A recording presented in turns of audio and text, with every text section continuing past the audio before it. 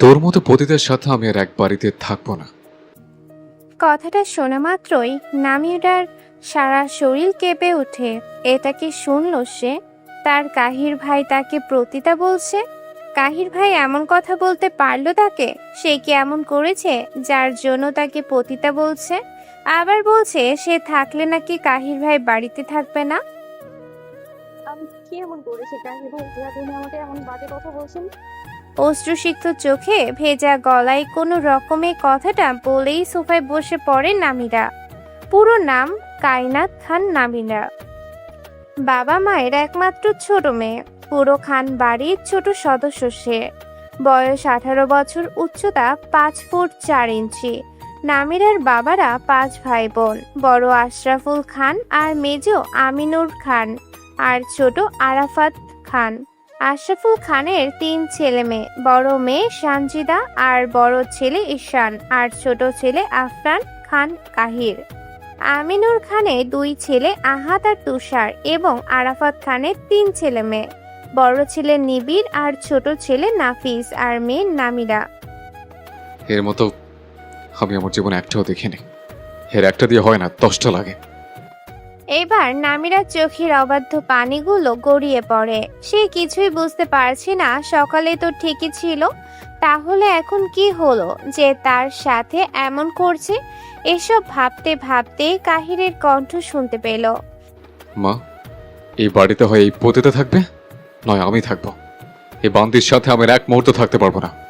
আমি চলে যাচ্ছি বাড়ি থেকে। কাহির নামিরা কি এমন করেছে যার জন্য তুই ওকে এইভাবে গালি দিচ্ছিস?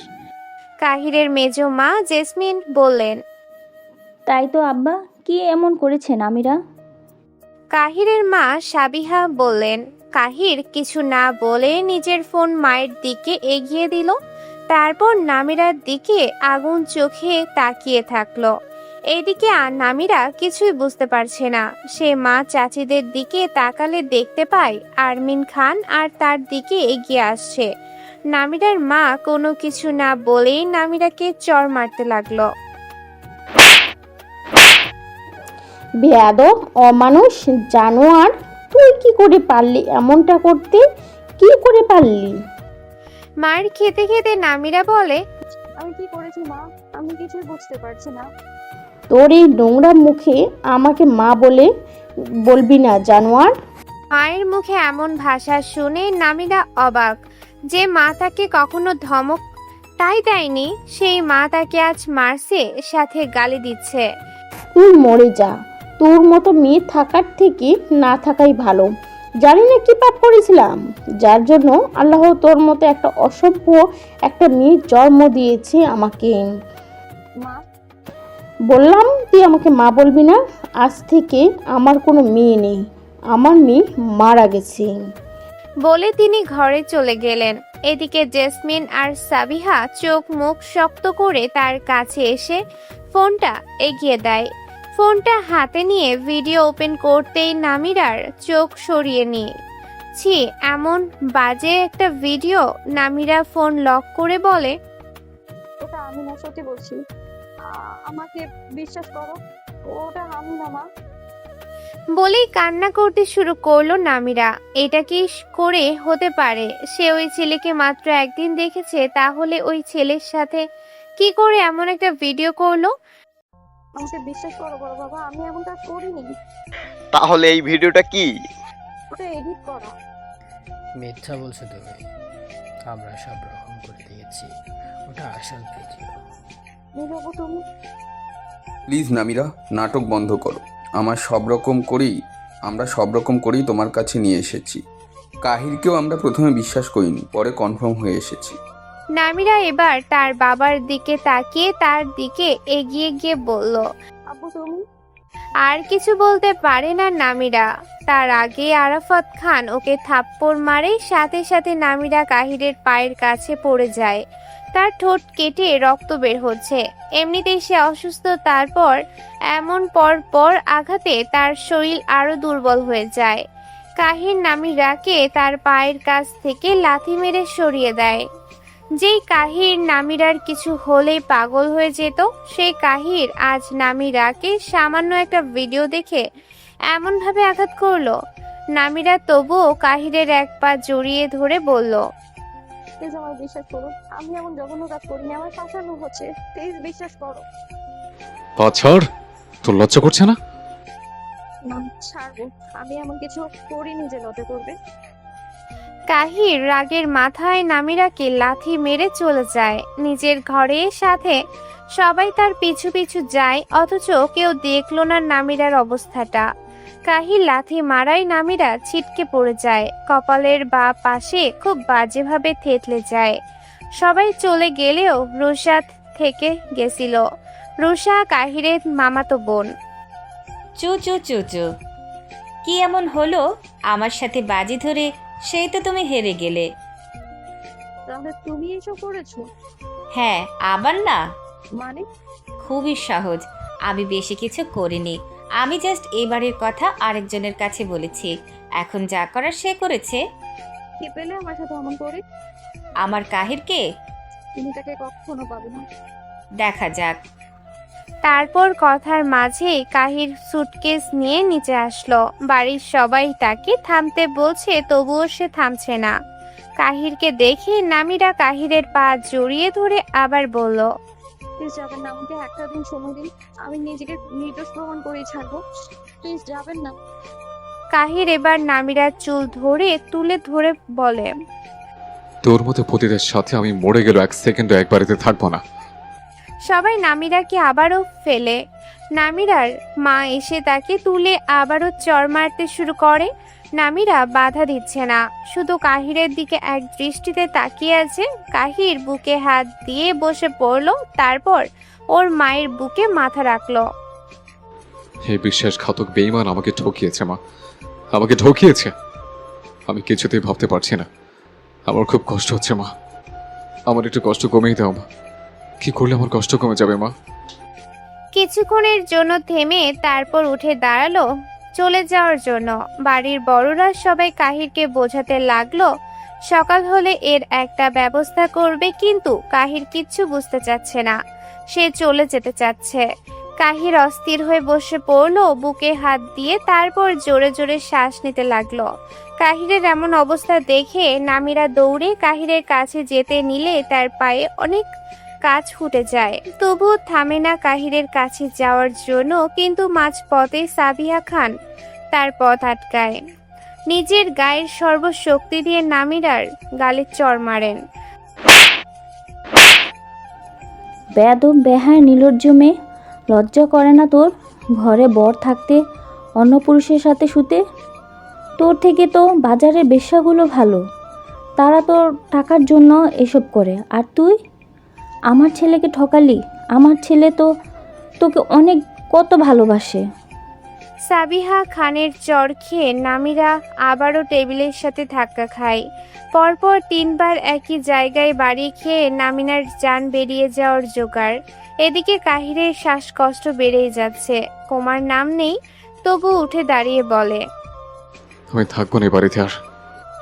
বাহিরে ঝড় বৃষ্টি হচ্ছে, এরই মধ্যে আরাফাত খান নামিরাকে টানতে টানতে বাহিরে নিয়ে যায়। তারপর তার মুখের ওপর একটা জামা কাপড়ের ব্যাগ আর 5,000 টাকা ছুঁড়ে মেরে গেট বন্ধ করে দেয়। কাহিরের শ্বাসকষ্ট সবাই দেখলো, কিন্তু নামিরার পা কাটা, মাথা কাটা, ঠোঁট কাটা, সাথে এক বুক যন্ত্রণা। কেউ দেখলো না তাকে যখন তার বাবা গেটের বাহিরে নিয়ে আসছিল। তখন তার চোখ ছিল অদূরে দাঁড়িয়ে থাকা মায়ের দিকে ছিল, হয়তো একটু ভরসা চেয়েছিল মায়ের কাছে, কিন্তু ভাগ্য তার সময় ছিল না, তাই তো তার মা আর তার দিকে ফিরেও দেখলো না। ফুটপাতের ধারে একটা বেঞ্চে বসে আছে নামিরা। কি করবে সে এখন? কার কাছে যাবে সে? তার আর যে আপন বলতে কেউ নেই এক আল্লাহ ছাড়া। খুব খিদে লেগেছে তার, সেই বিকেল থেকে না খাওয়া। এখন বাজে 12:30। প্রচন্ড বিদ্যুৎ চমকাচ্ছে, সাথে বৃষ্টি হচ্ছে। অন্য সময় হলে হয়তো নামেরা বিদ্যুৎ চমকালে ভয় পেত, কিন্তু আজ পাচ্ছে না। বৃষ্টির সাথে সাথে তার চোখের পানি ঝরে পড়েছে। কি করবে কিছু বুঝে উঠতে পারছে না নামিরা। বসা থেকে উঠে হাঁটা ধরলো নামিরা। কিছু দূর যেতেই একটা গাড়ির সাথে ধাক্কা খেয়ে পড়ে গেল নামিরা। যখন জ্ঞান ফিরল তখন সে নিজেকে হাসপাতালে আবিষ্কার করলো। পাশে তাকিয়ে দেখে মাথায় হাত দিয়ে বসে আছে 5টা মেয়ে। নামিরার খুব খিদে লেগেছে, তাই সে পাশে রাখা পানিটা হাত বাড়িয়ে নিতে গিয়ে সেটা পড়ে গেল। কিছু ভাঙার শব্দে সোনিয়া মুখ তুলে দেখলো পানির গ্লাসটা ভেঙে চৌচির হয়ে গেছে। কোনো কিছুর আভাস না দিয়েই সোনিয়া নামিরাকে জড়িয়ে ধরে হাউ মাউ করে কান্না করে দিল। নামিরা যেন এতক্ষণে একটা ভরসার জায়গা পেয়েছে, তাই সে কান্না করেছে। একে একে তার সাথে ঘটে যাওয়া সকল ঘটনা বলল। সকালবেলা কাহির অফিসে চলে যাওয়ার পর নামিরা কাবার্ড থেকে কিছু একটা বের করে ওয়াশরুমে ঢুকে গেল। মিনিট 10 পর সেটা নিয়ে বের হয়ে খুশিতে নাচতে লাগলো। আজ তার কতদিনের স্বপ্ন পূরণ হলো, সে প্রেগনেন্ট, মা হতে চলেছে সে, প্রথম বাচ্চার মা হতে চলেছে সে। খুশিতে নাচতে বড় মায়ের কাছে গেল, অতঃপর জড়িয়ে ধরলো। কিছুক্ষণ চুপ থেকে কান্না করে দিল। তার খুব কষ্ট হচ্ছে কেন জানি, তার মন বলছে তার সাথে খারাপ কিছু হতে চলেছে। কান্না থামিয়ে নিজের রুমে গিয়ে কাহিরের কাছে ফোন দিল, তারপর বলল আজ তাড়াতাড়ি বাড়ি আসতে। দেখতে দেখতে দুপুর গড়িয়ে বিকাল হলো সন্ধ্যা। কাহিরের পছন্দের লাল শাড়িটা পরে গেল, তারপর গেল রান্না করতে। অনেক রকমের রান্না করলো সে, অনেক রকমের রান্না করে কাহিরের জন্য অপেক্ষা করছিল। কেন জানি তার মন বলছিল খুব খারাপ কিছু হবে। প্রেগন্যান্সির কথাটা সবার আগে কাহিরকেই বলতে চেয়েছিল, তাই আর কাউকে বলে নাই। এরপর কাহির বাড়ি এসেছিল, তারপর সকল ঘটনা বলল সোনিয়ার সাথে। সোনিয়া বলল, তোকে আর এখানে থাকতে হবে না, তুই আমাদের সাথে ঢাকায় চল, ওখানে আমরা একসাথেই থাকবো। হোস্টেল ছেড়ে দিয়ে না হয় আমরা 6 জনের বাসা ভাড়া নিব, তারপর তোর বাচ্চাকে আমরা সবাই মিলেই মানুষ করব। ওদের ছায়াও পড়তে দেব না। কাহির ভাইয়া কখনো জানতেই পারবে না তার একটা বাচ্চা আছে। তারপর নামিরা সোনিয়াদের সাথে ঢাকায় চলে আসলো। এখানে এসে তার দিনকাল ভালোই যাচ্ছিল। নতুন বাড়ি, নতুন পরিবেশ, সবকিছু মিলে নামিরার খুব ভালোই লাগছিল। 3 মাসের গর্ভবতী হওয়ায় নামিরার শরীরটা খুব একটা ভালো ছিল না।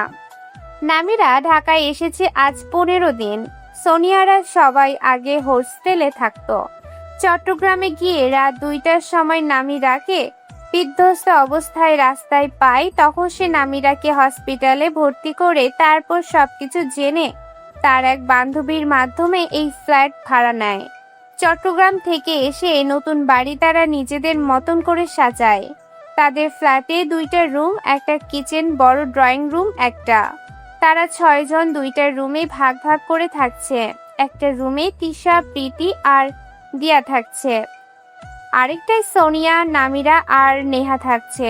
রান্না করতে কেউ পারে না, তাই 8 দিন তারা বাইরে থেকে খাবার নিয়ে এসে খেয়েছে। তারপর থেকে নামিরা রান্না করছে। নামিরা রান্না করতে পারে, আর তার 3 মা রান্না করত, আর সে দেখতো। তারপর কাহিরের জন্য সে প্রায় প্রায় রান্না করত, কিন্তু ভালো হতো না, তাই আর খেতে দিত না। নামিরা রান্না বলতে ডাল আর ভর্তা করতে পারে। আজ 1 সপ্তাহ ধরে সোনিয়া, তিশা, নেহা, প্রীতি, দিয়া ডাল আর ভর্তা দিয়ে ভাত খাচ্ছে। কিছুক্ষণ আগেই নামিরা রাতের খাবার রেডি করেছে, তারপর সবাইকে ডাকে। সোনিয়া আয়, খেয়ে যা, রাত তো অনেক হয়েছে। আসছি। নামিরা ডাক শুনে একে একে সবাই চলে আসলো রুম থেকে। তারপর খাবার টেবিলে এসে বেশ অবাক হলো, কারণ আজকের ভর্তা হলুদ রঙের হয়েছে। কি রে বইনা, ভর্তার এই কালার কেন? কারণ হলুদ দিয়েছি। কেন? রোজ রোজ এক কালারের ভর্তা ভালো লাগছিল না, তাই হলুদ দিয়ে ভর্তা করেছি। খেয়ে তাড়াতাড়ি বলতে কেমন হয়েছে। নামিরার কথা শুনে সবাই একবার ভর্তা দেখছে তো একবার নামিরার মুখ দেখছে। ডালের উপর থেকে ঢাকনি তুলতেই সোনিয়ার চোখ কপালে উঠে গেল। এটা কি ডাল নাকি হলুদের ঝোল? সে এবার কাদো কাদো মুখ করে নামিরার দিকে তাকিয়ে বলল, এটা কি বই? কেন ডাল? ও, আমি ভেবেছিলাম হলুদের ঝোল। কথাটা বিড়বিড় করে বললেও নামিরা তাই স্পষ্ট শুনতে পেল, তাই সে বলল, এক রান্নার বদনাম করবি না। আমি ভালো করেই রান্না করছিলাম, কিন্তু হাত ফসকে ডালের ভেতরে অনেকটা হলুদ পড়ে যায়। দিয়া বলল। প্লিজ বোন, কাল থেকে তুই আর রান্না করিস না। কেন করবো না? রোজ রোজ এক তরকারি খেতে ভালো লাগে না। ও এই কথা, তুই আমাকে আগে বললেই তো আমি অন্য কিছু রান্না করতাম। না থাক, আর রান্না করা লাগবে না। কাল থেকে আমরা বাইরে খাবো। একদম না, বাইরের খাবার খেলে ফুড পয়জনিং হয়, বাইরে খাওয়া যাবে না বেশি। আমি রান্না করবো, তোরা শুধু কাঁচা সবজিগুলো নিয়ে আসিস। তোর এই অবস্থায় রান্না করতে হবে না বোন। আমার কিছু হবে না, আমি সব ভেবেই বলেছি। আমি এ ডাল খেতে পারবো না, আবার কেমন যেন একটা হচ্ছে। আমি খাবো না এখন। না একদম না, একদম না খেয়ে উঠবি না, তোর জন্য কিছু একটা করে নিয়ে আসছি। বলে নামিরা চলে গেল রান্নাঘরে। তারপর কয়েকটা ডিম ভেজে আর শুকনো লঙ্কা ভেজে সুন্দর করে পেঁয়াজ কেটে ভাত মাখালো সকলের জন্য। তারপর তারা সবাই একসাথে খেয়ে ঘুমোতে আসলো। কাল তো শুক্রবার, কাল ভার্সিটি বন্ধ। ভাবছি তোকে নিয়ে একবার হাসপাতালে যাব চেক আপ করানোর জন্য। আচ্ছা ঠিক আছে। রাত ৩টার কাছাকাছি, অথচ কাহিরের ঘুম নাই। তোর ঘুম পাড়ানো পাখি উড়াল দিছে। নামিরা চলে গেছে এটা সে মানতে পারছে না। এটার মধ্যে খবর পেয়েছে নামিরা ওই ছেলেটাকে বিয়ে করেছে, যার সাথে নামিরার একান্ত মুহূর্তের ভিডিও ছিল। নামিরা চলে যাওয়ার 5 দিনের মাথায় ডিভোর্স পেপার হাতে পায় কাহির। ডিভোর্স পেপার হাতে নিয়ে কিছুক্ষণ মেরে দাঁড়িয়েছিল, তারপর আস্তে আস্তে মাটিতে লুটিয়ে পড়েছিল। অতিরিক্ত শকটা এবং টেনশনের জন্য কাহির প্যানিক অ্যাটাক করেছে। ড্রয়িং রুমের সোফায় বসেছিলেন সাবিহা খান। হঠাৎ কিছু পড়ার শব্দে পাশ ফিরিয়ে তাকিয়ে দেখেন তার ছেলে পড়ে আছে, নাক দিয়ে রক্ত বের হচ্ছে। সে কাহিরকে দেখে জোরে চিৎকার করে উঠল। সাবিহা খানের চিৎকার শুনে বাড়ির লোকজন আস্তে আস্তে সব বেরিয়ে আসলো। কাহিরকে নিয়ে সবাই তখন হসপিটালে চলে গেল। 3 দিনের মাথায় কাহিরের জ্ঞান ফেরে। সবার সাথে কথা বলার সময় রুষা একটা খাম নিয়ে আসে তার কাছে। ভাই, এই খামটা একজন তোর কাছে পাঠিয়েছে, নাম ঠিকানা কিছু দেয় নাই। খামটা হাতে নিয়ে কাহির খুলে যা দেখলে তার জন্য সে প্রস্তুত ছিল না। আবারও শ্বাসকষ্ট বেড়ে গেল। তারপর আস্তে আস্তে আবারও জ্ঞান হারিয়ে ফেলল কাহির। সবাই কাহিরকে নিয়ে ব্যস্ত হয়ে গেল। সাবিহা খান খামটা হাতে নিয়ে দেখলো রেজিস্ট্রি পেপার। নামিরার নাম দেখে সে বেশ অবাক হয়, তারপর আবার ঘৃণা করতে শুরু করে। একটা মেয়ে ঠিক কতটা নিচ হলে এই কাজ করতে পারে। একে একে সবাই দেখলো, তারপর কিছু না বলে চুপচাপ বসে থাকলো। তখনই রুষা আর একটা চিঠি এগিয়ে দিল আরাফাত খানের দিকে। প্রিয় বাবা, আশা করি ভালো আছো। আমিও ভালো আছি। জানি এটা জানার আগ্রহ নেই তোমার, তবুও বললাম আর কি। যাই হোক, আসল কথায় আসি। আমি বিয়ে করে নিয়েছি আমার শখের পুরুষ রিয়ানকে। আমাকে কেউ খোঁজার চেষ্টা করো না, সুখে আছি, আমি শান্তিতে আছি। তোমরা ভালো থেকো, আর তোমার ছেলে ভালো একটা মেয়ে দেখে বিয়ে দিয়ে দিও। ইতি নামিরা। চিঠিটা পড়ে আরাফাত খান কিছুক্ষণ মেরে বসে থাকলেন। তারপর সবার উদ্দেশ্যে বললেন, আজকের পর থেকে আমার কোনো মেয়ে নেই, আমার দুটোই ছেলে। আজকের পর যদি ওর সাথে কখনো দেখা হয় তাহলে ওকে অচেনা মানুষ ভেবে এড়িয়ে চলে আসবে। এটা আমার আদেশ নয়, এটা আমার হুকুম। আমার হুকুম যদি কেউ অমান্য করে তাহলে আমার থেকে খারাপ কেউ হবে না। বলে চলে গেলেন। অথচ একটু ভালো করে খেয়াল করলে দেখতে পেতেন এটা তার মেয়ের হাতে লেখা না। নামিরার অনুপস্থিতি কাহিরকে ভেতর থেকে নাড়িয়ে দিচ্ছে। নামিরার জন্য সে কি না করলো, অথচ সে তাকে ছেড়ে চলে গেল ভাবলেই নিঃশ্বাস বন্ধ হয়ে আসে তার। যাকে ছাড়া এক মুহূর্ত থাকতে পারতো না, তাকে ছাড়া আজ 15 দিন একা থাকছে। সোনিয়া সকালে ঘুম থেকে উঠে নামিরাকে নিয়ে হাসপাতালে চলে আসে চেক আপ করানোর জন্য। 3 মাসের অন্তঃসত্ত্বা নামিরা, অথচ সে জানলো 15 দিন আগে। আর কয়েকদিন আগে জানলে এত ঘটনা ঘটতো না। যাই হোক, মানুষ তো চিনতে পেরেছে নামিরা। সামান্য ভিডিওর জন্য থাকে মাঝরাতে বাড়ি থেকে বের করে দিয়েছে, এটা সে জীবনেও ভুলবে না। তাদেরকে সে কখনো ক্ষমা করবে না। কাহিরের পা জড়িয়ে ধরে সে যেভাবে আকতি মিনতি করেছিল, ঠিক সেইভাবে একদিন তার পা ধরে যদি আকতি মিনতি করে কাহির তবুও ক্ষমা করবে না। অনেক হয়েছে আর না, এবার সে শক্ত হয়ে সব কিছুর সাথে মোকাবেলা করবে, নরম হয়ে, আর সে কখনো অন্যের দিয়ে আঘাত সহ্য করবে না। এখন থেকে তার সাথে যে যেমন ভাবে কথা বলবে সেও ঠিক তেমন ভাবেই কথা বলবে। সে আর নরম চরম থাকবে না। এবার সে শক্ত হবে, এতটাই শক্ত হবে যতটা শক্ত হলে তার পরিবারের লোক তাকে দেখে চমকায়। ডাক্তার নামিরাকে চেক আপ করার পর জানায়, এমনি তুমি কোন সমস্যায় নাই, কিন্তু বেশি দখল বা ভারী কাজ করা যাবে না। ডাক্তার কিছু ওষুধ লিখে দেয়, তারপর সেগুলো কিনে ধীরে চলে আসে বাসায়। এভাবেই কেটে যায় আরও 3 মাস। নামিরা বর্তমান 6 মাসের প্রেগনেন্ট। নামিরা আগের থেকে বেশ গুলুমুলু হয়েছে, সাথে পেটটা অনেকটা উঁচু হয়েছে। বাবু পেটের ভেতর নাড়াচাড়া করলে নামিরার পেটটা নিচে ওঠে। নামিরা তখন খুব খুশি হয়। প্রথম সন্তানের প্রতি প্রত্যেকটা মায়ের একটা আলাদা টান থাকে, কারণ প্রথম সন্তানের মাধ্যমে সে প্রথমবার মা ডাক শোনে। প্রথম মা হওয়া অনুভূতিগুলো কাউকে বলে বোঝানো যায় না। নামিরা একটা চেয়ারে বসে আছে, তার পাশে 6 তাণ্ডব বসে আছে। কিছুক্ষণ পর পর বাবু কিক মারছে, আর ওরা সেটা হাত দিয়ে অনুভব করছে আর হাসছে। নামিরা পেটে হাত দিয়ে সোনিয়ার উদ্দেশ্যে বলল, জানিস সোনিয়া, সে যখন আমার পেটে নড়াচড়া করে তখন আমি সেটা হাত দিয়ে অনুভব করি। আমার যে কি শান্তিই লাগে আমি বলে বোঝাতে পারবো না। নামিরার কথা শুনে সবাই হাসলো। এখানে আসার পর থেকে নামিরা তেমন একটা কথা বলতো না, সব সময় চুপচাপ থাকতো, কিন্তু সময়ের সাথে সাথে সে এখন কথা বলে। পেটে হাত দিয়ে একা একা বাবুর সাথে কথা বলে, হাসে, আবার মন খারাপ করার ভান করে। সোনিয়ার ক্লাসমেট হয়েও তিশা, প্রীতি, দিয়া আর নেহা নামিরাকে কিভাবে আপন করে নিয়েছে এটা মাঝে মাঝে ভাবে নামিরা। যেখানে তার আপন বাবা ভাই তাকে অবিশ্বাস করে দূরে সরিয়ে দিল, সেখানে বান্ধবীর ক্লাসমেট হয়ে নামিরাকে আগলে রেখেছে এরা। প্রেগনেন্ট হওয়ায় তার খুব মুড সুইং হয়, তার যখন তখন খেতে ইচ্ছে করে, সে মোটা যেটা চায় সেটাই হাজির করে এরা। দেখতে দেখতে 10টা মাস পার হয়ে গেল। আজ নামিরার জীবনের বিশেষ একটা দিন। আজ তার বাচ্চা ভূমিষ্ঠ হবে পৃথিবীতে। তাকে সিজার করতে হবে, নর্মাল ডেলিভারি তার হবে না, কারণ বাচ্চার ওজন বেড়ে গেছে। সব থেকে সমস্যা হচ্ছে সিজার করায় নামের আর লাইফ রিস্ক বেশি। বাচ্চাটা বুকের খাঁচার ভেতর আটকে আছে। ডাক্তাররা বলেছে হয় বাচ্চা বাঁচবে, না হয় মা বাঁচবে। সোনিয়ারা বলছে বাচ্চার দরকার নেই, নামিরার যেন কিছু না হয়, কিন্তু নামিরা বলেছে তার যা হয় হোক, কিন্তু বাচ্চা যেন কিছু না হয়। সে বলেছে যদি সে ফিরে আসে তাহলে ভালো, আর যদি না আসতে পারে তাহলে বাচ্চাটা যেন কোনো ভালো পরিবারের কাছে যেন দত্তক দিয়ে দেওয়া হয়। এই কথা বলে ওটির ভিতর ঢুকে পড়ল নামিরা।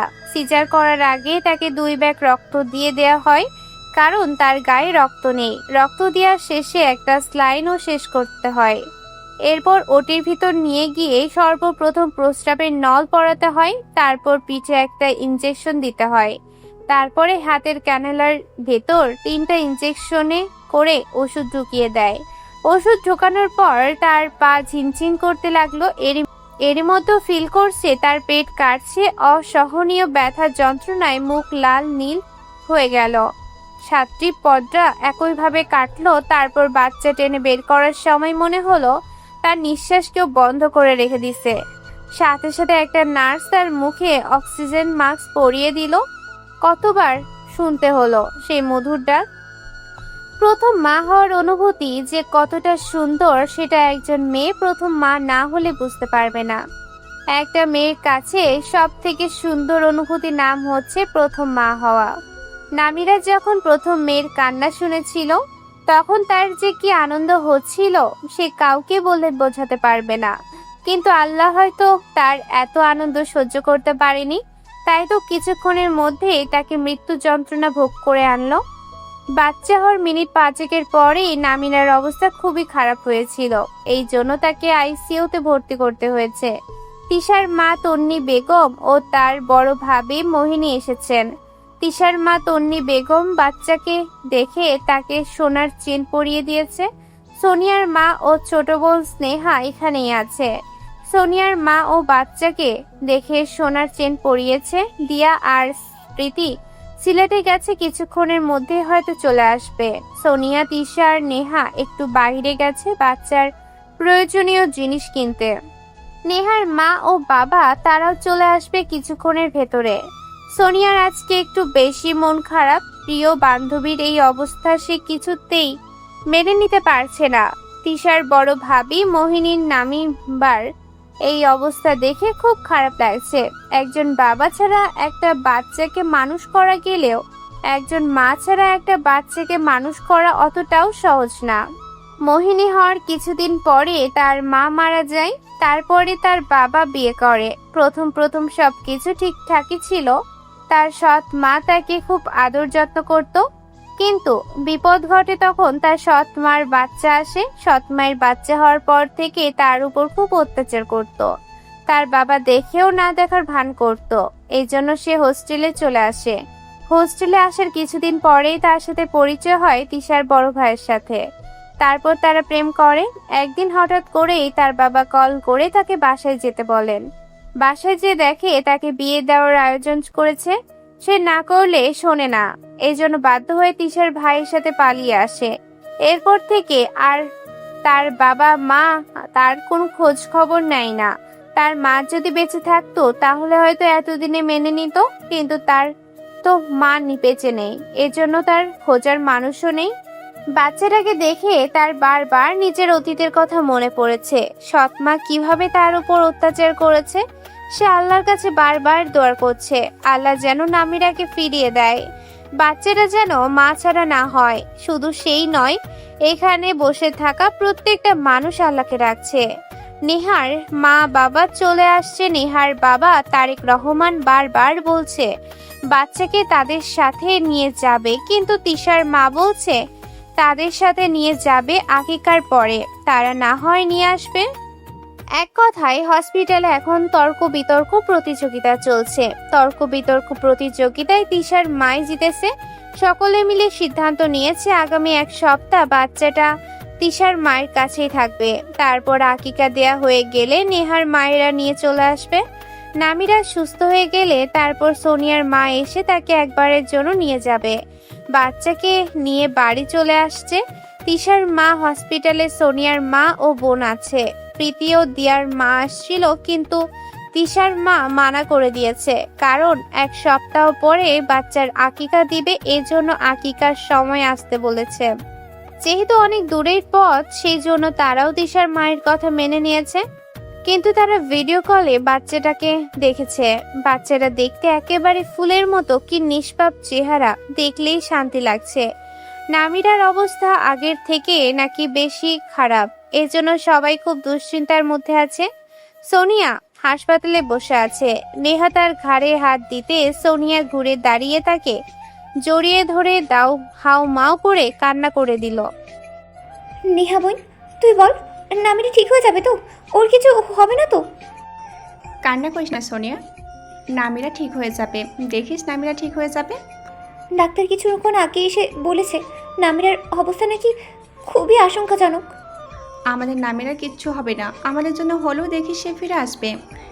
তুই দোয়া কর নেহা, আমার কামিয়ার আম্মুর যেন কিছু না হয়। এভাবে কান্না করিস না সোনিয়া, কষ্ট কি তোর একা হচ্ছে, আমাদের কি হচ্ছে না? কান্না করলে কি নামিরা আমাদের কাছে ফিরে আসবে? ওকে সুস্থ হয়ে যেতে বল না রে নেহা, ও ওভাবে শুয়ে আছে আর আমার বুকের ভেতর চলছে। আমি কিছুতেই মনকে শান্ত করতে পারছি না। নামিরাকে ফিরে আসতে বল না। আসবে আসবে, দেখিস নামিরা আবার আমাদের মাঝে ফিরে আসবে, খুব তাড়াতাড়ি ফিরে আসবে, দেখিস কামিয়ার জন্য হলেও সে ফিরে আসবে। কামিয়ার বয়স আজ 3 দিন। নামিরা অনেক আগেই বলে রেখেছিল মেয়ে হলে নাম রাখবে কামিয়া আর ছেলে হলে নাম রাখবে কায়ান। তাই বর্তমানে সবাই শর্টকাটে কামিয়ার নামটাই ডাকছে।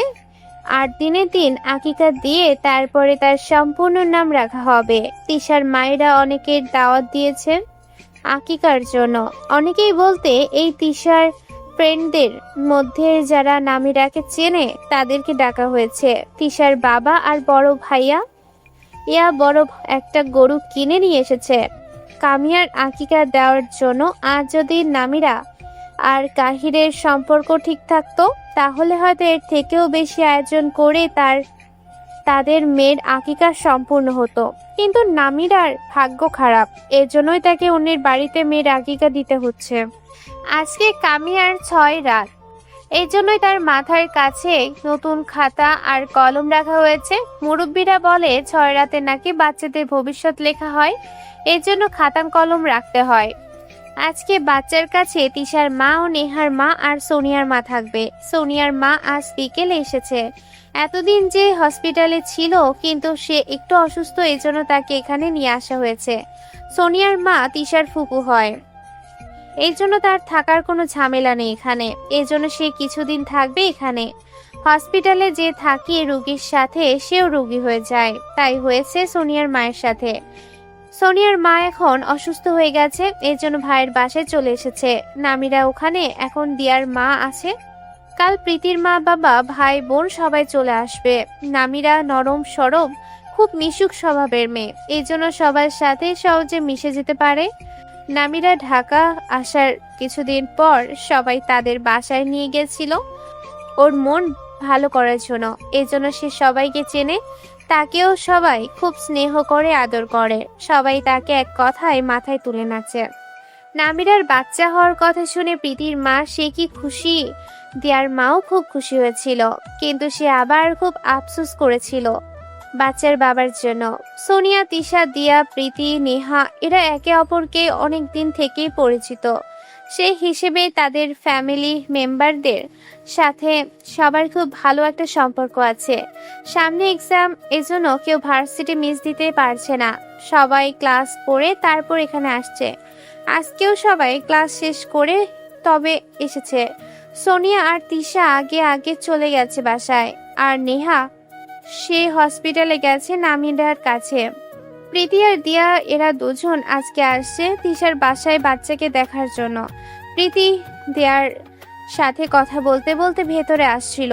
এমন সময় কারোর সাথে ধাক্কা লেগে পড়ে যেতে নিলেই তাকে কেউ আগলে নেয়। তিশার ছোট ভাই রোহান এখনো প্রীতিকে ধরে রেখেছে। প্রীতি তাড়াতাড়ি উঠে পড়ে, তারপর চোখ গরম করে তাকায় রোহানের দিকে। কানা নাকি, দেখে চলতে পারেন না? তুমি তো ভালো, তা তুমি দেখে চলতে পারো না? আমি দেখেই তো চলছিলাম, আপনি তো ইচ্ছে করে এসে ধাক্কা দিলেন। আমার অতটা খারাপ দিন আসেনি যে তোমাকে ধাক্কা দিতে যাব। তাহলে আপনি কি বলতে চাচ্ছেন, আমি ইচ্ছা করে ধাক্কা দিয়েছি আপনাকে? আপনি একটা বেয়াদব, গন্ডার হাতি, হনুমান বেজি, সব কিছু। আপনি একটা জাতা। আর তুমি আস্ত একটা নেকি রানী, যার কাজই হচ্ছে সারাদিন ন্যাকামি করা। এই এই একদম আমাকে ন্যাকা বলবেন না। আরে ভাই, তোরা এবার থাম তো। আমি কি করেছি বল? ওই তো ইচ্ছে করে আমাকে ধাক্কা দিল। আমি কখন তোমাকে ধাক্কা দিলাম? আচ্ছা বাবা, হয়েছে, চল আমরা এখান থেকে যাই। আর ভাই, আপনি একটু দেখে শুনে চলবেন। কথাটা বলেই দিয়া প্রীতির হাত টেনে নিয়ে চলে গেল। আর তাদের চলে যাওয়ার দিকে তাকিয়ে মুচকি হাসলো রোহান। সে ইচ্ছে করেই প্রীতিকে ধাক্কা দিয়েছিল। প্রীতিকে জ্বালাতে তার খুব ভালো লাগে। সে রেগে গেলে তার নাক লাল হয়ে যায়, এজন্য দেখতে তার খুবই ভালো লাগে। সে যখনই আসে তখনই সে ওকে খুব জ্বালায়। যেমন আজকে ইচ্ছে করেই ধাক্কা দিয়ে দোষটা ওর ঘাড়ে চাপিয়েছে, কিন্তু দিয়া দেখে ফেলেছে, এই জন্য তাকে সাবধান করে চলে গেল। সে প্রীতিকে পছন্দ করে, কিন্তু বলতে পারে না যে সে প্রীতির যাওয়ার দিকে তাকিয়ে মুচকি হাসি দিয়ে মাথা চুলকাতে চুলকাতে বেরিয়ে গেল বাসা থেকে। আজ কামিয়ার বয়স 8 দিন। আজকে কামিয়ার আকিকা হবে, সেজন্য সবাই চলে এসেছে। নামিরার অবস্থা এখনো আগের মতোই আছে, কোনো উন্নতি হয়নি। নামিরার কাল সেলাই কেটে দিয়েছে। নেহার বড় ভাই আদিত্য বাসায় এসেছে আজকে 3 দিন। নেহার ভাই প্যারিসে থাকতো।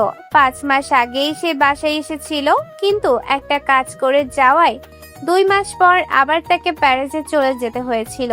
নেহার মা তার ছেলেকে একটুও সময় দিচ্ছে না, এই জন্য অবশ্য আদিত্য একটু রেগেছিল, কিন্তু পরে গিয়ে নামিরার বিষয় শোনার পর আর কিছু বলেনি। আর যেহেতু বাচ্চাটার আকিকা, তাই সে খুব তাড়াতাড়ি রেডি হয়ে বেরিয়ে পড়ে। তারপর একটা গোল্ড জুয়েলারির কাছে গিয়ে দাঁড়ায়। সেখান থেকে একটা গোল্ড প্লাস হীরা দিয়ে বাঁধানো ছোট বাচ্চার একটা আংটি কিনে নিল। আদিত্য কামিয়াকে কোলে নিয়ে বসে আছে। সে খুঁটিয়ে খুঁটিয়ে দেখছে বাচ্চাটাকে দেখে তার প্রাণপ্রিয় বন্ধুর মুখটা বারবার চোখের সামনে ভাসছে। কাহির আর আদিত্য ছোট থেকে এখানে পড়াশোনা করেছে, সেই ক্ষেত্রে তারা দুইজন বেস্ট ফ্রেন্ড। সে কোনো কিছু না ভেবে কাহিরকে ভিডিও কল দিল, তারপর বাচ্চাটার দিকে ক্যামেরা অন করে কাহিরের সাথে কথা বলতে লাগলো। হ্যাঁ দোস্ত, কেমন আছিস? আলহামদুলিল্লাহ ভালো, তুই কেমন আছিস? আমিও আলহামদুলিল্লাহ ভালো আছি। তোর বাসার সবাই কেমন আছে? আলহামদুলিল্লাহ ভালো আছে। তোর বাসা সবাই কেমন আছে? আলহামদুলিল্লাহ ভালো আছে। তোকে একটা জিনিস দেখানোর জন্য কল দিলাম। কি জিনিস? তোর ডুপ্লিকেট মেয়ে। মানে? এই দোস্ত দেখ, একদম তোর ফটোকপি। দেখলে যে কেউ বলবে এটা তোর বাচ্চা। স্ক্রিনে ছোট একটা বাচ্চার অবয়ব দেখে মুহূর্তে চমকে উঠল কাহির। এই যেন তার একটা ফটোকপি। কি সুন্দর! চোখ গোল গোল চোখে তাকাচ্ছে বারবার, হাতটা একটু পরপর নাড়াচ্ছে। গোলাপের পাপড়ির ন্যায় ঠোঁট দুটো কিছুক্ষণ পরপর কাঁপছে। বাচ্চাটাকে দেখে এক পলকের জন্য নামিরার কথা মনে পড়ল কাহিরের।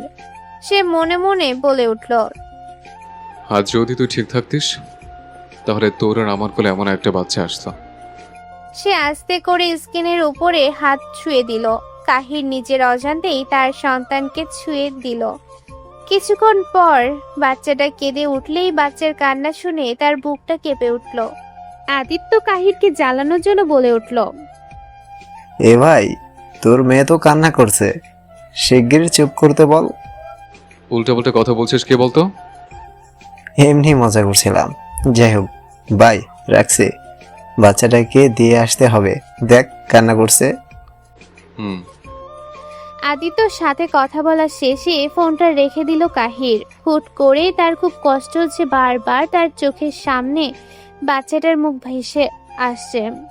চোখ বুঝতেই নামিরা ও বাচ্চাটার মুখটা ভেসে উঠল তার সামনে। সে কোনো কিছু না ভেবেই ঘুমের 2টা মেডিসিন নিয়ে শুয়ে পড়ল। আপাতত তার একটা ফ্রেশ ঘুম দরকার। আদিত্য কাহিরের সাথে কথা শেষ করে বাচ্চাটাকে নিয়ে নেহার মায়ের কাছে দিল, তারপর সেখান থেকে চলে গেল।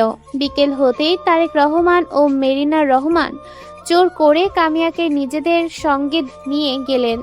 আজ 15 দিন পর নামিরার জ্ঞান ফিরেছে। জ্ঞান ফিরতে এসে দেখতে পাই নেহা তার হাত ধরে কান্না করছে আর বলছে, প্লিজ নামিরা, উঠে পড়। তোর মতো করে কেউ আমাকে ভালোবাসে না রে বোন।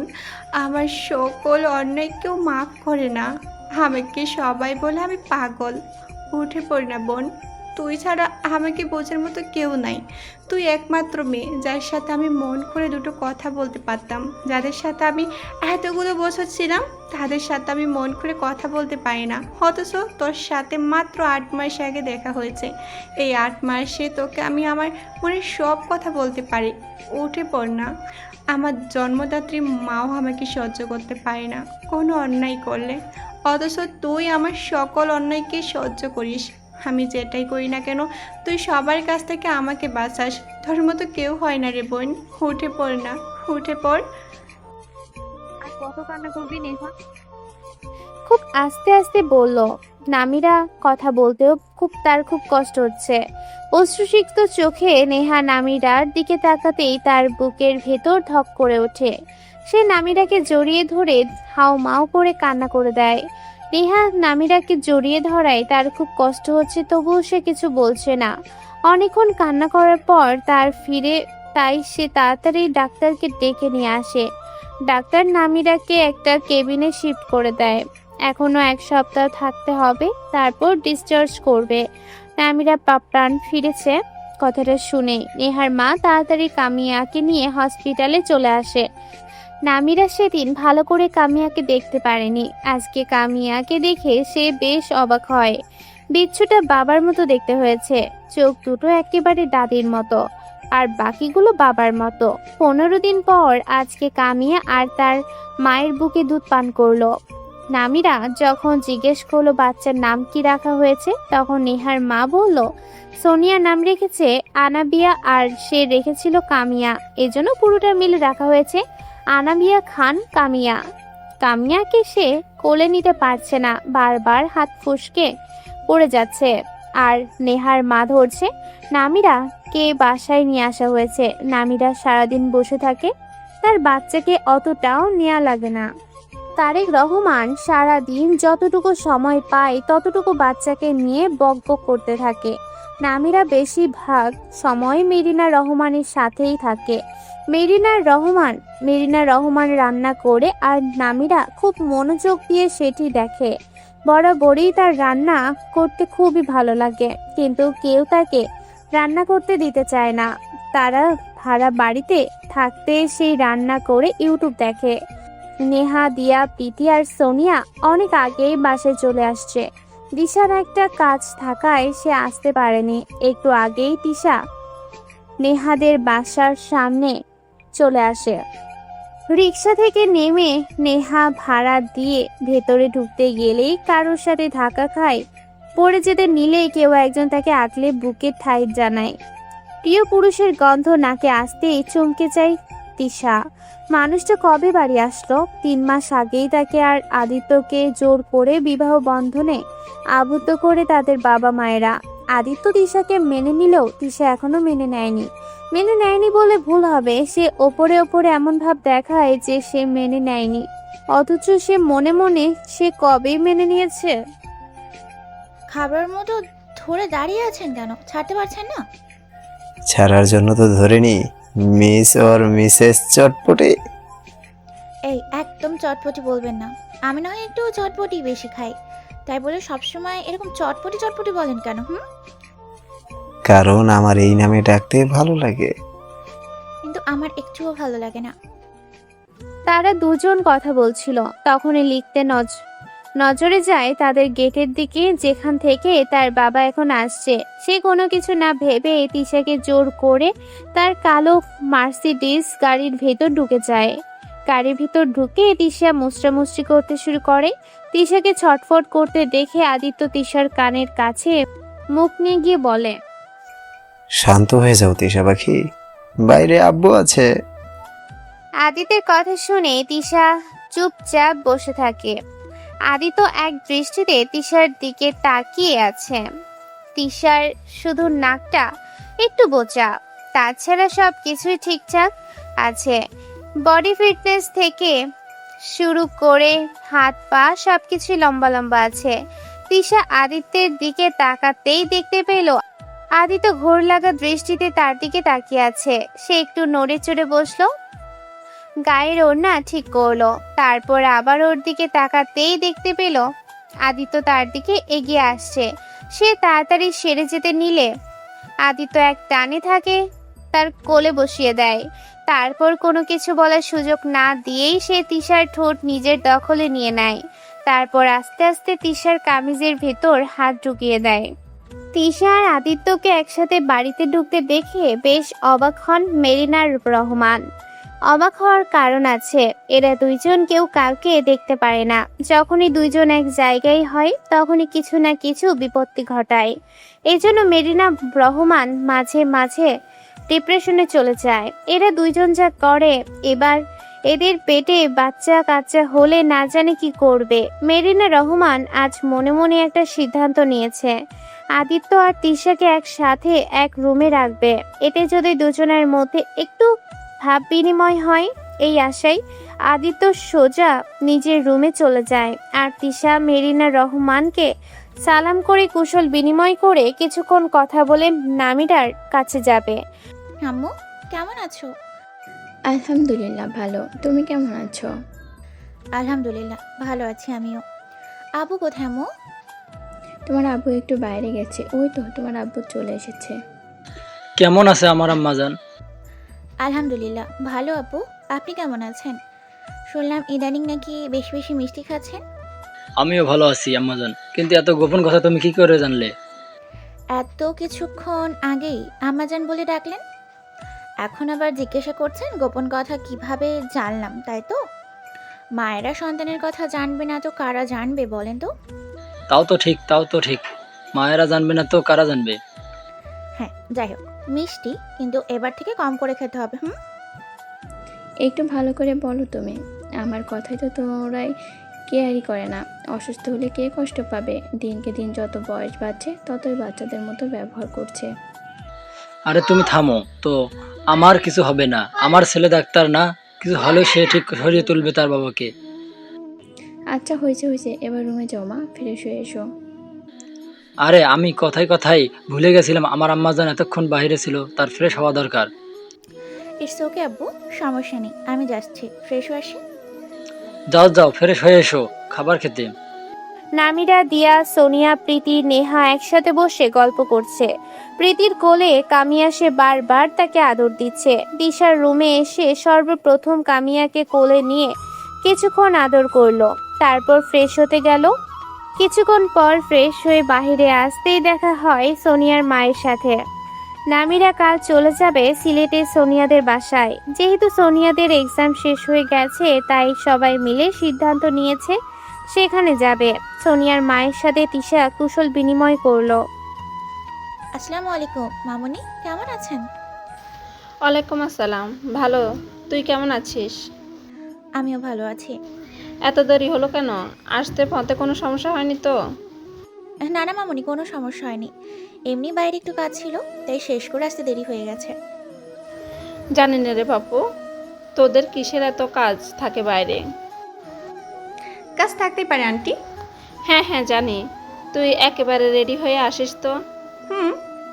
চলো মামুনি, নিচে চলো, রাত অনেক হয়ে গেছে, খাবার খেতে চলো, আম্মু ডাকছে তো। চল। কথাটা বলে সবাই নিচে চলে গেল। রুমে বসে থাকলো নামিরা আর কামিয়া। নামিরার খাওয়া অনেকক্ষণ আগেই হয়ে গেছে। সোনিয়ার মা নামিরাকে খাইয়ে ওষুধ খাই দিয়েছে। কামিয়ার বয়স এখন 3 মাস। নামিরা এখন পুরোপুরি সুস্থ।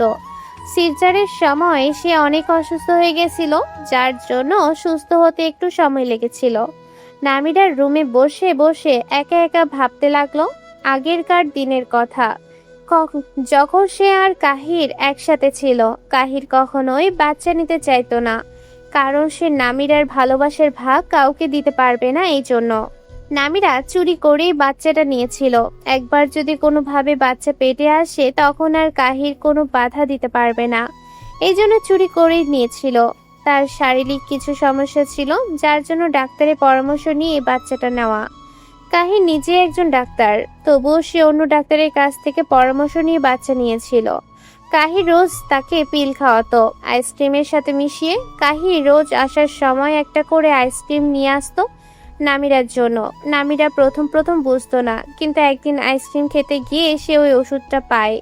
তারপর প্রায় চেক করে দেখে ওই ওষুধটা আছে। এজন্য কাহির যখন ওয়াশরুমে ঢুকে যেত, তখন সে আইসক্রিম ফেলে দিত। তারপর ঠোঁটের পাশে হালকা লাগিয়ে রাখতো, যাতে কাহির বুঝতে না পারে যে সেটা খায়নি। কি রে মীরা, কি ভাবছিস? কিছু না সোনিয়া, এমনি। আবার তুই ওই কাপুরুষের কথা ভেবে চোখের পানি ফেলছিস? তোকে আর কতবার বলবো বলতো? আমি সত্যি ওর কথা ভাবছিলাম না। তাহলে তোর চোখে পানি কেন? জানি না। ওকে ভুলে জানা দোস্ত, তোর পুরো একটা জীবন পড়ে আছে। তুই চাইলেই নিজের জীবনটাকে দ্বিতীয় একটা সুযোগ দিতে পারিস। আমি বলবো না তুই নিজের জীবনটাকে একটা সুযোগ দে, কিন্তু আমি এটা বলবো যে তুই তোর সন্তানকে নিজের মতো করে বড় করে তোল, যাতে ভবিষ্যৎ ওদের সাথে দেখা হলে ওরা যেন বাচ্চাটাকে নিয়ে আফসোস করতে পারে।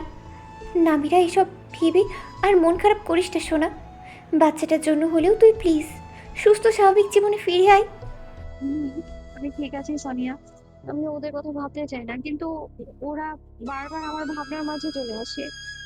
তুই ওদের নিয়ে ভাবিস, এজন্য ভাবনার মাঝে ওরা চলে আসে। আমি সত্যি কথা বলছি, আমি ওদের নিয়ে ভাবছি না। এসব ভাবা ভাবি বন্ধ কর তো, বিরক্তকর লাগছে আমার। আচ্ছা বাবা, ঠিক আছে।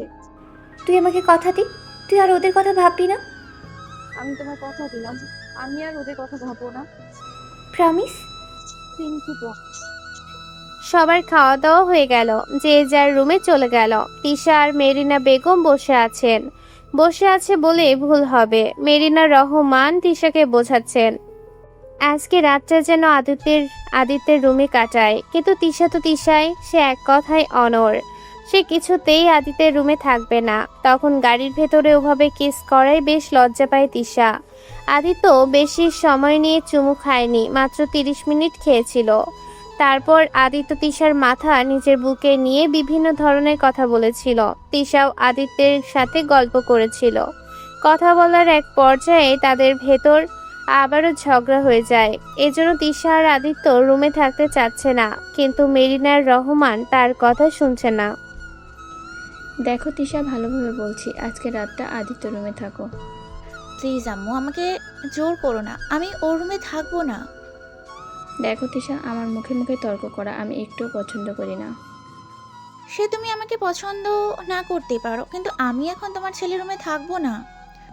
বাড়িতে আজ মেহমান আসছে, তার উপর প্রীতি, দিয়া, সোনিয়া, নেহা এরা রয়েছে। সবার জায়গা হলো, তোমার জায়গা হচ্ছে না। এই জন্য আমি বলছি তুমি আদিত্যের রুমে থাকো। আমাকেও একটা বালিশ আর একটা কাঁথা দিয়েন, আমি নিচেই ঘুমিয়ে পড়বো। তুমি রহমান বাড়ির বড় বউ, আর তুমি কিনা নিচে শোয়ার কথা বলছো? তাতে কি হয়েছে আম্মু? বাড়িতে অনেক মেহমান আছে, আমার জায়গা হচ্ছে না, এই জন্য আমি নিজেই। আমি আর একটা কথাও শুনতে চাইছি না, তুমি সোজা আদিত্যের রুমে গিয়ে ঘুমাও। আম্মু প্লিজ। No excuse. আগত একরাশ মন খারাপ নিয়ে আদিত্যের রুমের সামনে এসে দাঁড়ালো তিশা। আর মেরিনা রহমান চলে গেলেন নামিরার রুমে। মেয়েটা কালকে চলে যাবে, তার কেন জানি খুব কষ্ট হচ্ছে। নামিরার প্রতি এক অদ্ভুত টান অনুভব করে মেরিনা রহমান। মেয়েটাকে দেখলে তার বাবা মায়ের কথা খুব মনে পড়ে। এই অল্প কয়েকদিনে মেয়েটার প্রতি বেশ ভালোভাবে মায়ে জড়িয়ে পড়েছে। কাল চলে যাবে আর আজ তার খুব কান্না পাচ্ছে। নামিরা যদিও আর কয়েকদিন পর এখানে চলে আসবে, তবুও তার কেমন যেন খারাপ লাগছে। আজকে নামিরার কাছে এসে থাকবে। মেরিনা রহমান আর সোনিয়ার মা থাকবে নামিরার কাছে, আর বাকিরা এক ঘরে থাকবে। সুযোগ বুঝে আদিত্যের কাছে তিশাকে পাঠিয়ে দিয়েছে। কিছুক্ষণ পর তিশা ফিরে এসেছে দেখে জিজ্ঞেস করলেন কেন ফিরে এসেছে। তারপর তিশা বলতে শুরু করলো। আদিত্যের রুমের সামনে এসে দাঁড়িয়ে আছে তিশা। সে ভাবছে ভেতরে ঢুকবে কি ঢুকবে না। দরজাটা হালকা ফাঁক করাই আছে। সে প্রথমে ভাবলে নক করবে, কিন্তু পরে গিয়ে নক না করেই ঢুকে যায় রুমে। তারপর সোজা গিয়ে বিছানায় গিয়ে মাথা কাঁথা মুড়ি দিয়ে শুয়ে পড়ে। শাওয়ার নিয়ে মাত্র রুমে আসলো। আদিত্য বিছানার দিকে চোখ যেতেই ভুরু কুঁচকে যায়। এই গরমে কি এভাবে কাঁথা মুড়ি দিয়ে ঘুমাচ্ছে, তাও আবার তার রুমে। সে পুরো মানুষটাকে খুঁটিয়ে খুঁটিয়ে দেখছে। গরমের জন্য তিশা তার পা দুটো বাহিরে বের করে রেখেছে। পায়ে নুপুর দেখেই চিনতে পেরেছে আদিত্য। তিশাকে দেখেই আদিত্যের মেজাজ গরম হয়ে গেল তখনকার রাগে। সে কোনো কিছু না ভেবে এক ঝটকায় তিশাকে তুলে ফেলে। তারপর পাজা কোলে করে নিয়ে গিয়ে দরজার বাহিরে রেখে আসে। এরপর মুখের ওপর দরজা লাগিয়ে দেয়। এদিকে পুরো ঘটনার কিছু না বুঝেই তিশা বন্ধ দরজার সামনে দাঁড়িয়ে থাকে। তারপর আস্তে আস্তে পুরো ঘটনা বুঝতে পেরে সে রাগে হিসহিস করতে করতে ধাক্কা দেয়। কিছুক্ষণ ধাক্কা দেওয়ার পর আদিত্য দরজা খুলে দেয়। দরজা খুলতেই তিশা হামলে পড়ে আদিত্যের উপর। আদিত্যের হাত কামড়ে নিজের রাগ কমায় মেয়েটা। তারপর আদিত্যকে উদ্দেশ্য করে বলে, আপনার সাহস হয় কি করে আমাকে রুম থেকে বের করে দেওয়ার? এটা আমার রুম, আমি কাকে রাখবো কি রাখবো না সেটা তো আমার ব্যাপার। আমাকে কেন বের করে দিলেন? আমার ইচ্ছে হয়েছে তাই আমি তোমাকে বের করে দিয়েছি। আপনি জানেন এখানে আমি নিজের ইচ্ছায় আসিনি। জানি তো, আম্মু তোমাকে জোর করে পাঠিয়েছে, এর জন্যই তো বের করে দিলাম। যদি নিজের ইচ্ছায় আসতে তাহলে এতক্ষণে তোমার পেটে বাবু ঢোকানোর ব্যবস্থা করতাম। নির্লজ্জ। জলদি আমার রুম থেকে বের হও। হব না, এটা আমার রুম। তুমি বের হবে নাকি আমি জোর করে বের করে দেব? যা ইচ্ছা করো, আমি বেরোবো না। 108 ডিগ্রি রাগ নিয়ে আবারও আদিত্যকে তিশাকে পাজা কোলে তুলে নিল। তারপর রুমের বাহিরে রেখে মুখের ওপর আবার দরজা বন্ধ করে দিল। এ কথা শুনে মেরিনা রহমান বেশ রেগে যান। তিনি তিশার হাত ধরে নিয়ে যায় আদিত্যের রুমে। তারপর অনেক বকাবকি করে রেখে আসে তিশাকে। তিশা এক সাইডে অল্প জায়গার মধ্যে শুয়ে আছে, বেশি অর্ধেক জায়গা পড়ে আছে। তিশা ঘুমিয়ে যেতেই আদিত্য তিশাকে বুকের ভেতর জড়িয়ে নেয়। তারপর ঠোঁটে একটা চুমু খেয়ে গলায় বাইট করে ঘুমিয়ে পড়ে।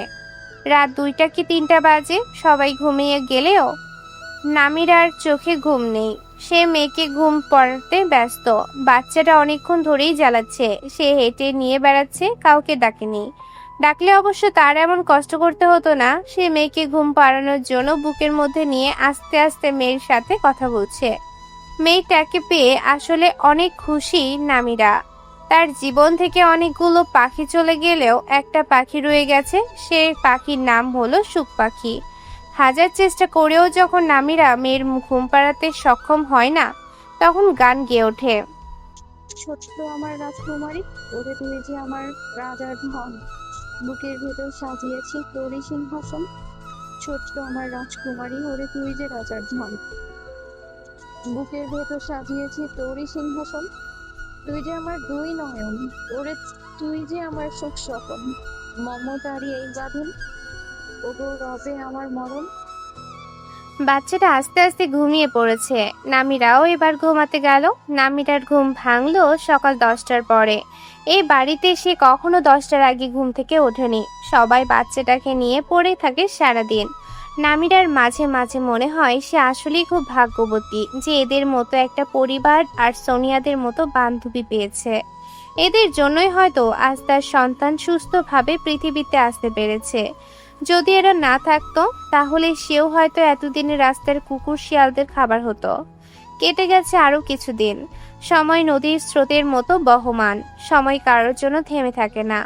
সময় নিজের মতো করে চলে যায়। দেখতে দেখতে কামিয়ার আজ 7 মাস বয়স পূর্ণ হলো।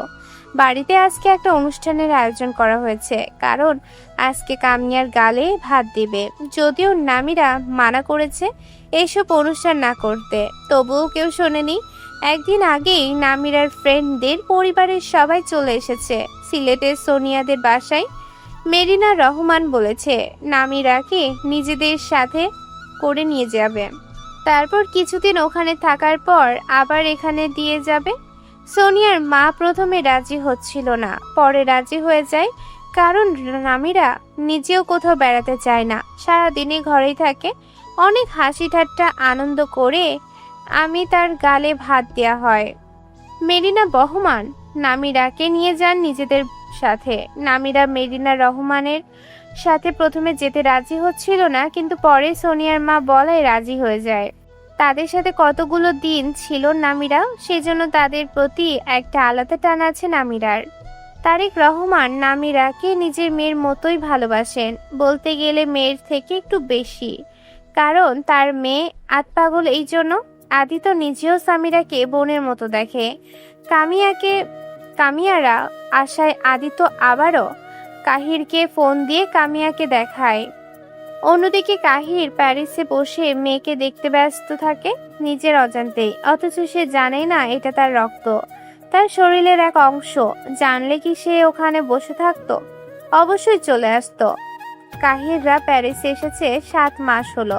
কাহির উপরে উপরে নামিরাকে ঘৃণা করলেও ভেতরে ভেতরে সে অনেক কষ্ট পায় নামিরার জন্য। কাহির নিজের রুমে বসে ল্যাপটপে কাজ করছিল, ঠিক তখন তার কাছে আসে রুষা। তারপর কাহিরকে উদ্দেশ্য করে বলে, আর কতদিন এভাবে থাকবে ভাই? এবার তো আমাকে আমার মতো করে থাকতে দে তোরা, প্লিজ। আমি কেউ জ্বালাস না, আমি আমার মতো থাকতে চাই। কাহির, আমার রুম থেকে বেরিয়ে যা রুষা। আমি বর্তমানে খুব রেগে আছি, আমার কিচ্ছু ভালো লাগছে না। রাগে কি না কি বলে দেব, তবে তুই কষ্ট পাবি। রুষা আর কোনো কথা না বলে নিজের রুমে চলে যায়, আর কাহির নিজের কাজ করতে লাগলো। নামিরার মা সব সময় চুপচাপ থাকে, কারোর সাথে কোনো কথা বলে না। তার প্রিয় জায়ের সাথেও সে এখন প্রয়োজনে বেশি কথা বলে না। এক কথায় খান বাড়ির সকলে প্রয়োজন ব্যতীত একটা কথাও বলে না। এই বাড়ির হাসিটাই উবে গেছে, কেউ এখন আর আগের মতো হাসে না, সবাই সব সময় চুপচাপ থাকে। কাহিরকে তো সারাদিন বাসাতেই পাওয়া যায় না, রাতে যায় একটু বাসায় এসে তবুও দরজা বন্ধ করে বসে থাকে। রুষার একটু গেছিল কথা বলতে, কিন্তু কাহির বলেনি। সে খুব শান্তভাবে ওয়ার্নিং দিয়ে দিয়েছে তাকে। নামিরারা সবাই সিলেটে আছে, আজকে কামিয়ার প্রথম জন্মদিন। নামিরা নিজের হাতেই সবার জন্য রান্না করেছে, সেই সাথে সবাইকে লাল জামা কাপড় পরিয়েছে। তাদের আশেপাশে যত গেস্ট এসেছে তাদেরকে আগে থেকে বলে দিয়েছিল লাল জামা পরে আসতে। সে নিজেও আজকে একটা লাল চুড়িদার পরেছে, তাকে খুব সুন্দর লাগছে। হালকা সাজে সবাই লাল পরলেও তারেক রহমান সাদা পরেছিল, এজন্য নামিরা তার কাছে গিয়ে বলে, কি ব্যাপার, আজকে কি শোক দিবস নাকি যে সাদা পরে আসছো? আমি না বললাম আজকে লাল পরবে? বলো, একটু ভালো করে বলো। কত করে বললাম লাল পাঞ্জাবিটা পরতে, কিছুতেই পরলো না। এই বুড়ো বয়সে কি আর লাল যায়? আমার সাথে আমার এখন সাদাতে মানায়। আমি অত কিছু শুনতে চাই না, তুমি এখন লাল পাঞ্জাবি পরবে। আরে আমি এখন লাল পাঞ্জাবি কোথায় পাবো? আমি জানি তুমি এমনটা করবে, তাই তোমার জন্য আর বাবার জন্য আমি আলাদা করে লাল পাঞ্জাবি কিনে রেখেছি। বাবাই বলতে সোনিয়ার বাবাকে বুঝিয়েছে। নামিরা আবার আমাকে জোর করবে না, আমি পরবো না। আমি কিছুতেই শুনতে চাই না, তুমি আজ পড়বে মানে পড়বে। আমি কি সবসময় পড়তে বলি? আজকে একটু অনুষ্ঠান বলেই তো বললাম। আমি উপস্থিত আছি কিনা সেটা দেখো, কি করেছি এটা দেখার দরকার নেই। তুমি যদি এই লাল পাঞ্জাবি না পরে আসো তাহলে কিন্তু আমি কেক কাটবো। আরে কি মুশকিলে পড়লাম বলতো? তোমার সব কথাই তো আমি শুনি, আর তুমি আমার একটা কথা শুনতে পারছো না? তোমার সাথে আরই, তোমার বাসায় আর কখনো যাবো না, তোমার সাথে আর কথাও বলবো না, বুঝো? কথাটা বলে নামিরা চলে যেতে নিলেই তারেক রহমান তার হাত থেকে পাঞ্জাবিটা নিয়ে ওয়াশরুমে চলে যায় চেঞ্জ করতে। কয়েক মিনিট পর লাল পাঞ্জাবি পরে বেরিয়ে আসে, সুন্দর লাগছে তাকে। সে আদিত্যকে ব্রেকে বলল, আদি তোমার এদিকে আসেন। কি? আজকে অনুষ্ঠানের ক্যামেরাম্যান তো আপনি। আঙ্কেলের ছবি তুলে দিন তো জলদি করে। শুধু কি বাবাকে একা তুলবো নাকি মাকেও? আরে কাপল পিক তুলবে, সবাইকে ধরে ধরে ছবি তুলে দিবে। ছবি তুলে দিলে আমার লাভ কি? টিশাকে পাঠিয়ে আপনার রুমে পাঠিয়ে দেব। সত্যি বলছো? আমি মিথ্যে কথা বলি না। অবশেষে খাওয়ার পালা আসলো। নামিরার রান্না খেয়ে সবাই অনেক প্রশংসা করলো। প্রীতি তো বিশ্বাসই করতে পারছে না এই রান্না রামিরা করেছে, কারণ কয়েক মাস আগেও যখন নামিরা রান্না করেছিল তখন সেটা মুখে নেওয়া যেত না। ডালের ভেতর রং করার জন্য হলুদ দিয়েছিল, তারপর কি আলু ভর্তাও হলুদ দিয়েছিল কালার করার জন্য, সে তো খাওয়া যাইতো না। অথচ আজকে তার রান্না যে এত ভালো লেগেছে সে কিছুতেই কাউকে বলে বোঝাতে পারবে না।